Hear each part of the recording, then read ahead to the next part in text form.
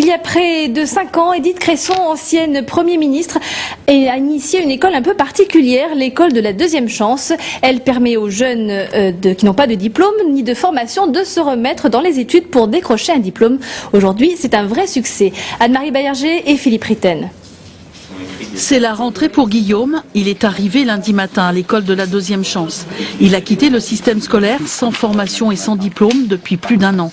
Aujourd'hui, Guillaume voudrait trouver une voie professionnelle, mais comment faire? Essaye de comparer. On verra les déclinaisons de métiers que tu as eues pour pouvoir après voir et comparer entre ce que tu aimes, ce que tu veux.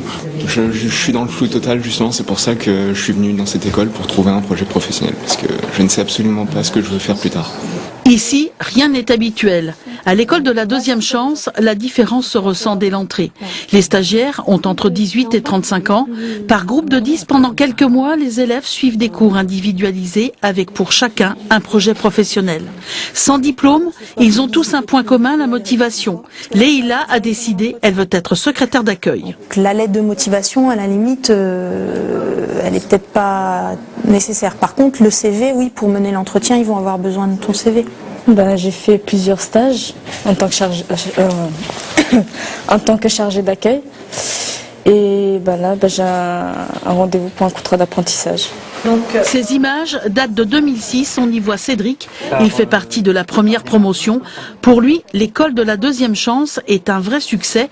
Aujourd'hui, nous avons pu le retrouver. Cédric a obtenu un emploi stable dans un centre d'appel. Donc j'ai fait de la cuisine, de la salle et en fait donc je voulais changer de branche, donc travailler en contact direct avec les personnes dans les métiers comme la vente. Et donc ça m'a permis donc de me réorienter niveau travail, de pouvoir trouver des stages et aussi de me canaliser un petit peu.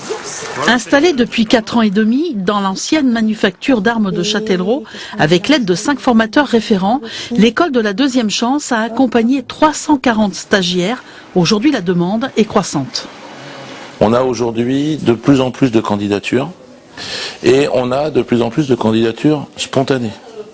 C'est-à-dire de jeunes qui nous contactent sans passer par ce qu'on appelle les prescripteurs, sans passer par nos partenaires comme Pôle emploi ou la Vision locale par exemple, et qui nous contactent en direct en disant voilà, je suis dans la galère, je voudrais m'en sortir, est-ce que je peux rentrer ?